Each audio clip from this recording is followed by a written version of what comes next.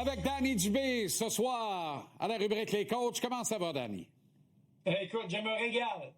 Formidable. Les séries sont extraordinaires. Oh, boy. C'est renversant. Ouais. Et on disait que les Hurricanes étaient plates. Fallait juste trouver le moyen de les entraîner dans notre sillon. Ils sont capables de donner le show. Mais Ouais, pas sûr que Brindamour aime bien ça, là, par exemple. Moi, je m'attends à ce qu'il tente tout pour essayer d'éteindre le match de demain. Je sais pas quel est ton point de vue par rapport à ça, là.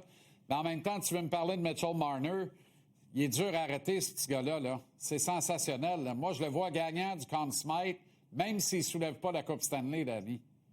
Ah, il est extraordinaire. Puis écoute, tu sais, je veux te faire une comparaison aujourd'hui entre lui et Demidov. Parce que je trouve qu'il y il y a vraiment des similitudes entre les deux joueurs. Mais on va commencer par Marner pour te parler de son impact sur l'équipe. Tu sais, quand tu regardes ce qu'il réussit à faire actuellement, écoute, il leur donne un deuxième et un troisième trio. Ça, on a réussi, on a bougé Hurtle, on a commencé à bouger les pièces du casse-tête pour réussir à faire trois trios. Et ça, c'est grâce à l'excellence de Marner. Marner, là, il fait de son trio et de Brett Howden une menace constante. Ces deux gars-là ont récolté, je devrais dire, 23 buts depuis le début des séries à deux. C'est sensationnel ce qu'ils réussissent à faire.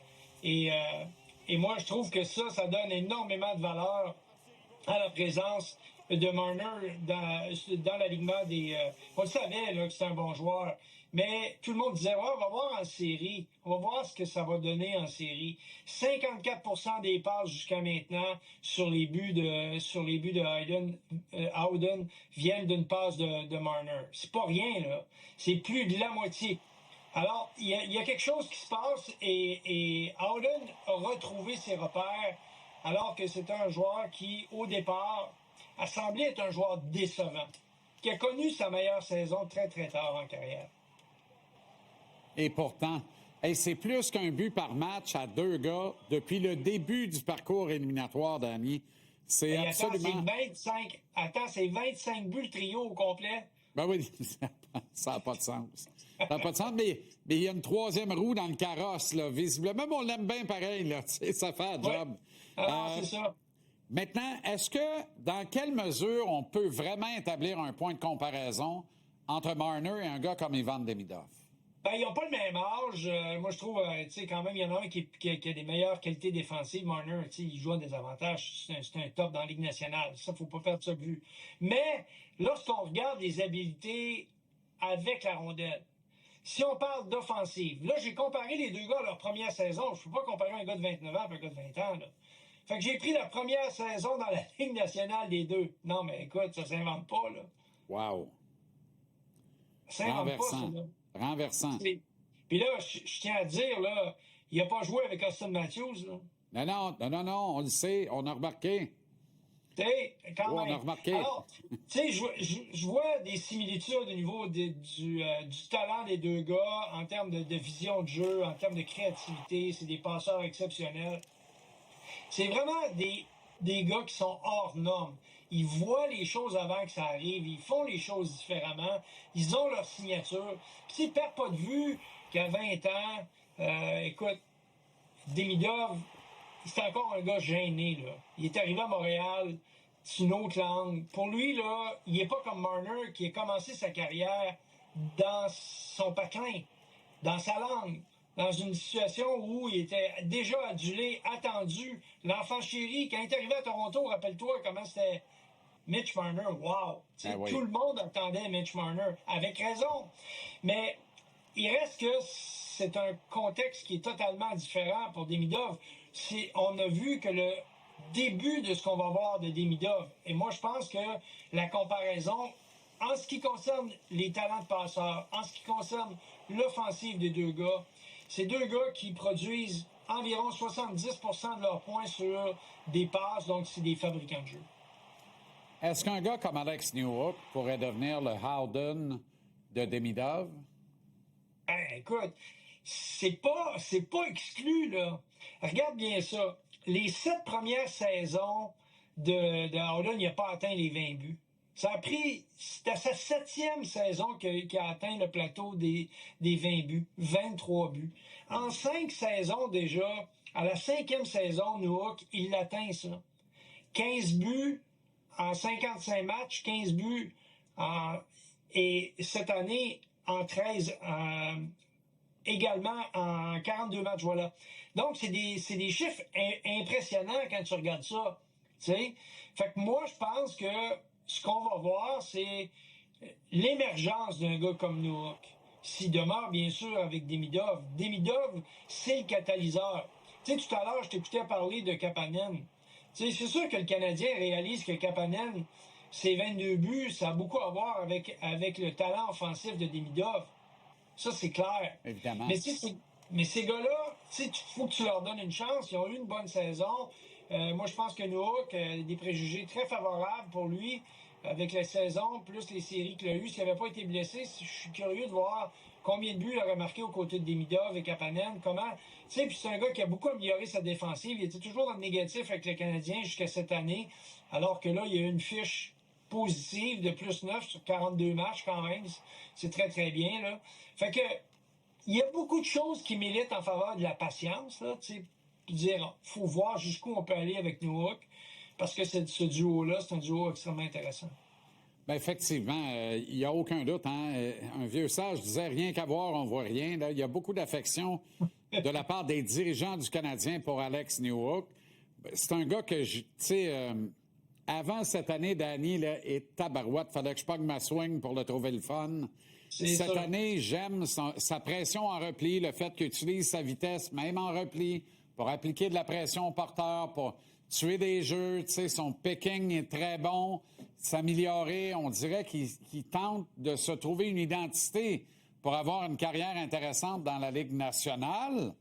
On lui a dit vitesse, là. Toi, faut pas juste que tu patines vite, faut que tu joues vite. Exact. Parce qu'on te place avec un gars que le cerveau va plus vite que tes pieds à toi, là. Exact. Tu sais, Demidov, là, il est rapide.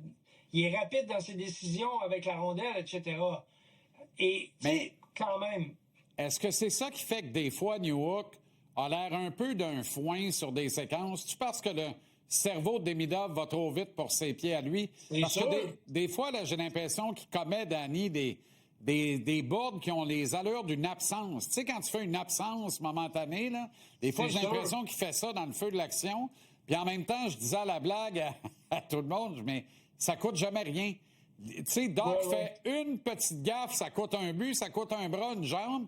Newhook en fait 13 à 12 ans, il coûte jamais rien, puis en plus, il score l'autre bord. Fait que, il y a le derrière béni, là. Oui. Mais tu sais, il fait moins d'erreurs en zone neutre que Doc.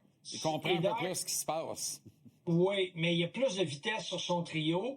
Moi, ce que j'aime de ce trio-là, honnêtement, là, je pense qu'ils méritent une seconde chance, parce qu'on les a pas vus ensemble en série. Ils méritent une seconde chance, parce que je pense que Kapanen, ça reste un bon joueur. Mais Kapanen devrait être beaucoup plus sûr et assumé défensivement, parce que la tendance, c'est ça. La tendance, c'est pas des joueurs de centre qui comptent des buts, c'est le joueur de centre qui joue bien défensivement. Mais ça veut dire que ce que tu vois pour la prochaine saison, à ce moment-ci du moins, parce qu'il faut toujours voir avec ce qu'on a sous la main, c'est de réunir un Demidov à un Kapanen et un Newhook sur un deuxième trio? Oui, pour commencer l'année, oui, à moins qu'il n'y ait pas d'autres, à moins qu'il y ait des choses plus intéressantes, on ne sait jamais. Puis je pense que le Canadien va être à l'écoute, ça c'est sûr. Mais tu sais, place-toi dans leurs souliers, là. 15 buts en quarantaine de matchs pour Newhook. Écoute, tu vois là, les 19 buts de Demidov il y a 20 ans, 22 buts pour Kapanen. Tu sais, c'est pas mauvais, là. Tu peux pas dire, on lève le nez là-dessus, là. C'est pas mauvais du tout. C'est pas mauvais du tout, mais c'est pour ça mon point du billet de saison tantôt, tu comprends? Puis sell high, buy low, là. Tu sais, je regarde Kapanen, je dis, comment ce gars-là va réussir à s'accrocher au top 6? J'en doute. A-t-il la valeur de papier sablé qu'on semble désormais vouloir rechercher au centre de nos troisième et assurément quatrième trio, mais probablement le troisième éventuellement aussi? Je pense pas. Il nous l'a pas montré à date. Il a quand même 22 ans. Donc, est-ce que après une saison de 22 buts, puis tu fais bien de me corriger, j'avais dit 21 tantôt, puis c'est bel et bien 22 buts. Est-ce qu'après une saison de 22 buts à son année recrue, il peut pas avoir une valeur finalement pas mal plus intéressante que celle qu'on peut projeter dans 3 ou 4 ans, là? Ben, écoute, c'est un excellent joueur, mais c'est un joueur qui bénéficie énormément de Demidov. Ça, le Canadien le sait. Peut-être que d'autres organisations ne sont pas au fait de ça de la même manière que le Canadien, parce qu'ils vivent avec le joueur à tous les jours. Mais en même temps, gardons en tête que le Canadien de Montréal va vouloir améliorer son alignement. Et je pense que dans la ligne de centre, si on regarde la façon dont ça se passe dans la Ligue nationale, pour cette année, je pense pas qu'ils vont être mal à l'aise avec leur ligne de centre. Regarde bien la ligne de centre des Golden Knights, le nombre de buts qu'ils ont marqués depuis le début des séries. Ils ont quand même joué 19 matchs. Oui, oui. Puis là, je te montre les attaques, les ailiers. Et pourquoi je fais ça, cet exercice-là? C'est parce que ça te dit à quel point le hockey est en train de changer et la fiabilité de tes joueurs de centre va coûter des buts à ces gars-là. Parce qu'on les veut en fond de territoire, on les veut engagés défensivement. Écoute, Nick Suzuki a fait tellement une belle démonstration de ça en série. Il s'est abandonné offensivement complètement pour défendre. OK? Il a défendu à outrance. Bon, là, après les pièces du casse-tête, on peut en parler jusqu'à demain matin. Est-ce que les joueurs étaient à leur meilleur? Est-ce qu'il y en a un qui était blessé, etc.? On ne le saura pas, là. Mais on sait une chose, c'est que la ligne de centre égale fiabilité 200 pieds. On ne peut pas avoir un joueur prolifique en attaque qui ne réussit pas à être fiable défensivement. Je te laisse en te parlant de Jack Hughes. Extraordinaire joueur de centre. Vaut pas une claque défensivement. Oh non. Il n'est pas prêt physiquement et mentalement. Alors, tant que cette équipe, et c'est un joueur extraordinaire, là, je l'adore, mais là, les connexions dans le cerveau, il faut que ça change. S'il veut gagner, ce gars-là, un jour, la Coupe Stanley, puis qu'il regarde les séries actuellement, il se dit je dois ajouter quelques petites affaires à mon registre ou je deviens un ailier comme Marner. Et ça, c'est intéressant parce que ça nous ramène à Nico Hischier, là. Oui. Qui a justement cette qualité indéniable de très, très bien défendre. Impeccable. Impeccable. Impeccable. Gaucher en plus. Moi, je suis un partisan, tu sais. Tu as 4 centres d'un club, tu en as 2 en haut, 2 en bas. Essaye d'avoir un gaucher puis un droitier en haut, puis un gaucher puis un droitier en bas. Idéalement. Ben oui. Idéalement. Ben oui, sinon tu te retrouves avec des joueurs défensifs dans des situations offensives parce que tu n'en as pas d'autres. Exact. Tu sais, c'est pas On ça a que tu vu veux. ça. On a vu ça. et on l'aime beaucoup. C'est pas ça le point. Mais... Ben, on l'adore. Écoute, regarde ses chiffres. Il y a eu d'excellentes séries d'après-saison. Là. Ouais. Moi, je veux dire, tu sais, quand tu regardes la ligne de centre du Canadien, c'est exactement. Je trouve qu'ils ont bien fait leur devoir. Ils ont fait de l'excellent travail. Parce que la fiabilité dans le centre, c'est comme ça que tu vas loin. Les gens, tu sais, je comprends, des fois, tu vas avoir des joueurs vedettes, tu vas avoir un peu de wow, tu sais, un petit peu de crème fouettée, ça patente, là. Mais il reste que la réalité, c'est que tes joueurs les plus sobres, souvent, vont être les joueurs les plus efficaces. Puis tu en as besoin dans ta ligne de centre, ça, c'est sûr.